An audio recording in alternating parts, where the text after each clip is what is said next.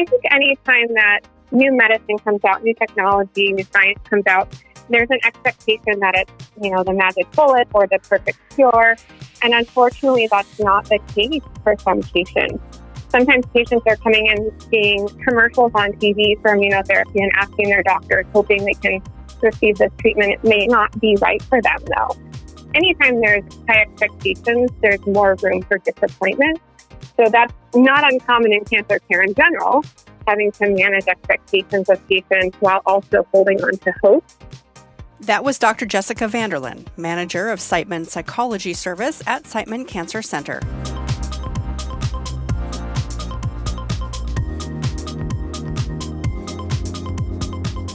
Welcome to Cancer Buzz. I'm your host, Summer Johnson.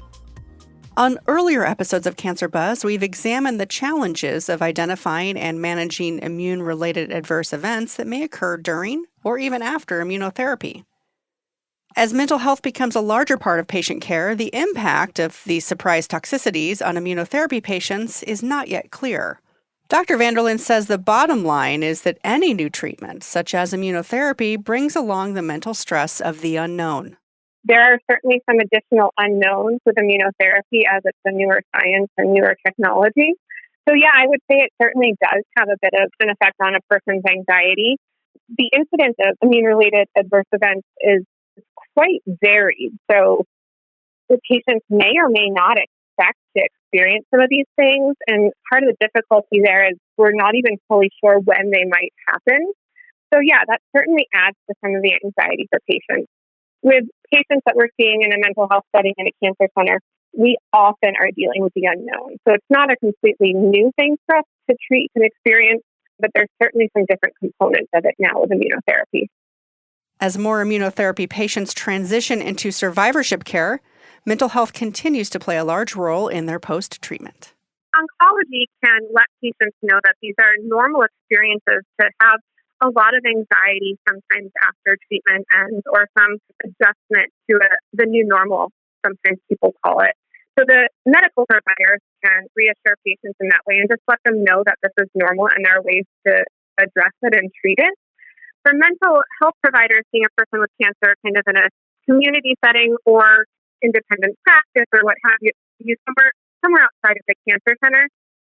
The National Coalition for Cancer Survivorship recently conducted a survey on patients in post-treatment care.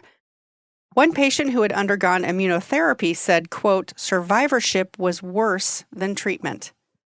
We have a lot of treatment for cancer.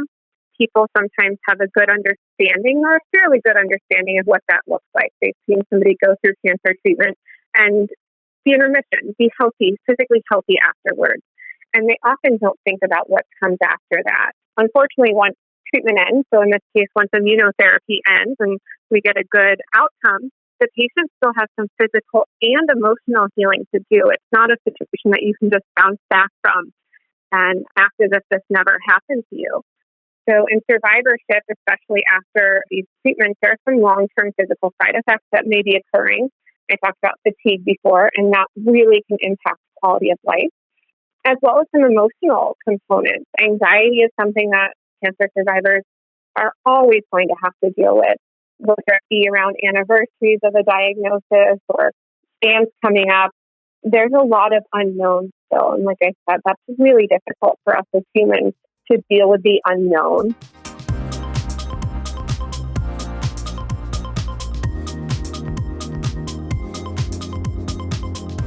Linda Bohannon is president of the Cancer Support Community. We asked her about the signs of distress to look for in patients receiving immunotherapy. As more and more patients are treated with immunotherapy or CAR T therapy, have you noticed any increased discourse on My Lifeline between patients about mental health needs or about other unique needs to these patients? Well, I'll tell you, we actually took the lead around understanding the patient experience in immunotherapy before My Lifeline was a core component of the cancer support community. So we jumped in early around immunotherapy, and we've been at it now for, probably 6 years of trying to be upfront of the new immunotherapy. Let's just say that, because as you're well aware, immunotherapy is 75, 80 years old. if not older. So, we jumped in early to create educational programming through what is our brand called Frankly Speaking About Cancer. And we had been interacting with some medical professionals throughout the country as the new generation of IO came available. And we heard from them that there are some unique needs between both patients and families if they're considering being on immunotherapy. And so we took the initiative to put together a program called IO and Me, where everything that we did in that particular program started 100% with a needs assessment, so that it wasn't just thinking about what questions are coming to us, what do we think patients want, but we went directly to patients, their loved ones, and also their professional care providers, and did a survey and said, what do you really need?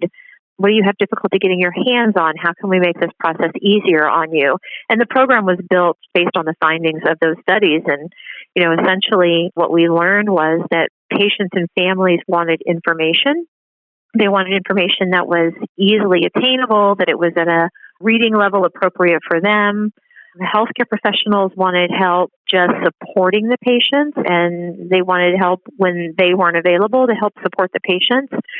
We learned that one of the core components was to have a conversation about side effects early and often with patients, and especially in the early days when, receiving an IO in some situations was sort of, the golden ring, and patients were hesitant to tell their healthcare professionals about the side effects that they were experiencing. And we know that that's not good in the long term for patient outcomes. And so that's sort of how we built the program, was just to really step back and say, okay, what do you need? And let us build a program around you.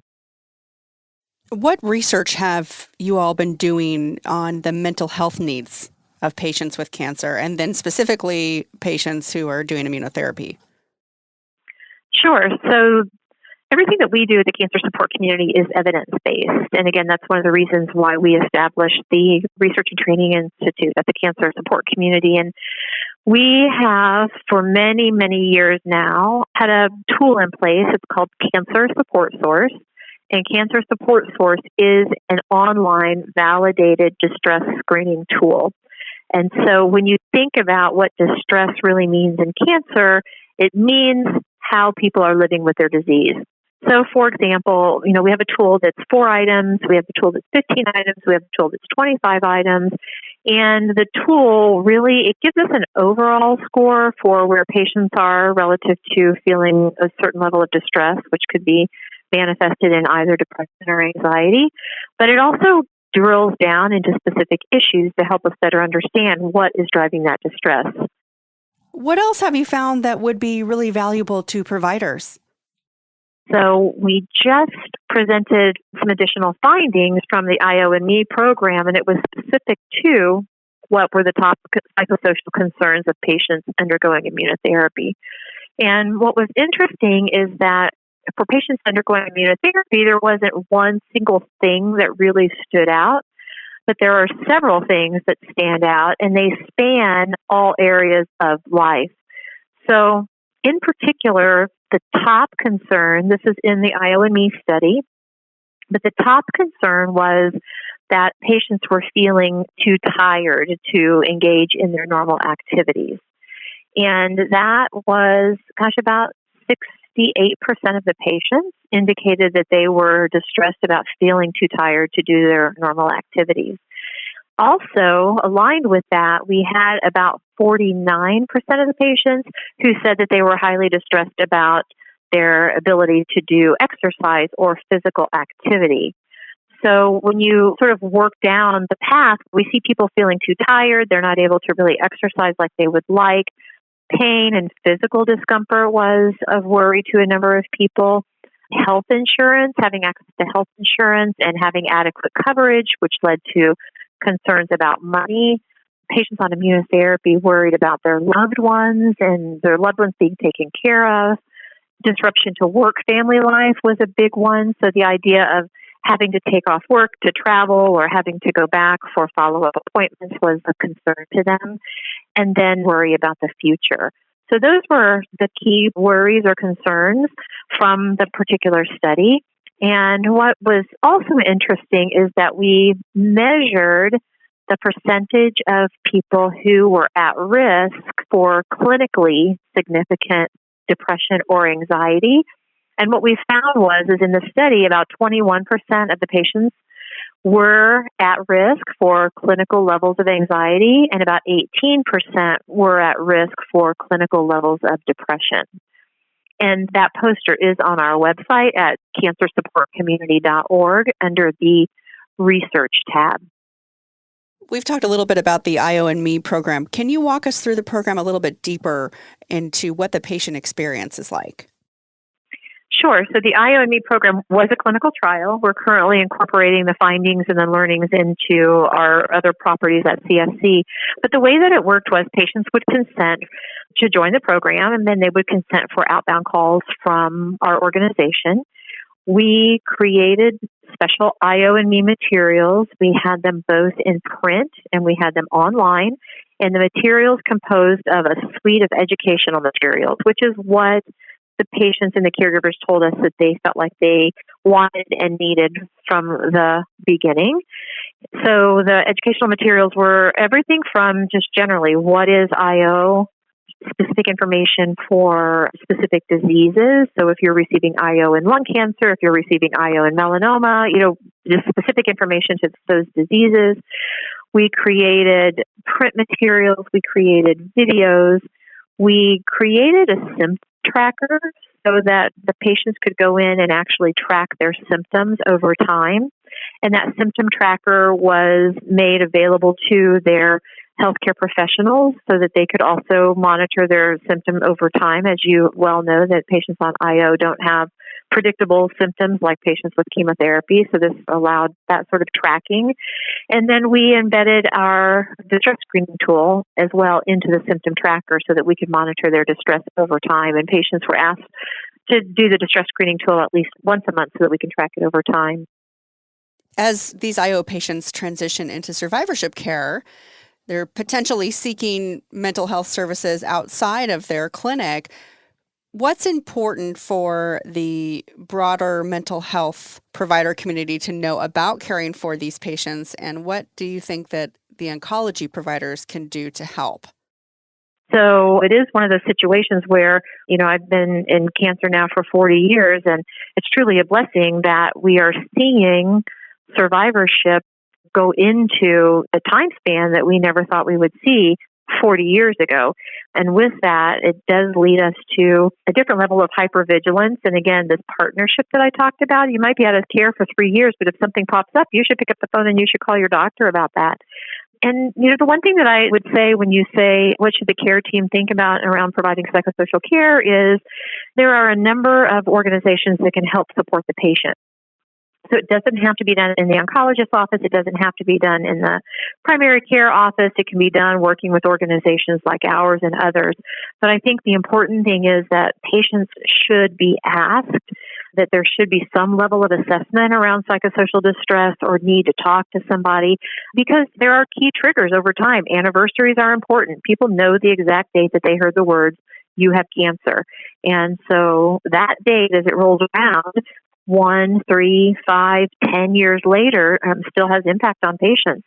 Not just the patients, but on the families. There's some concern about how patients feel about survivor guilt and how they process through that.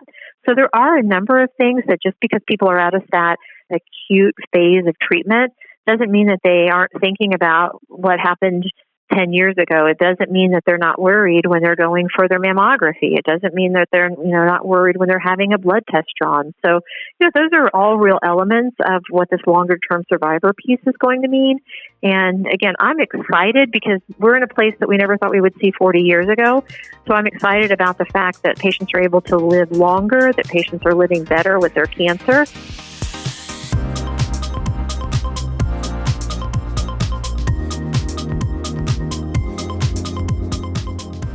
Thank you for supporting Cancer Buzz.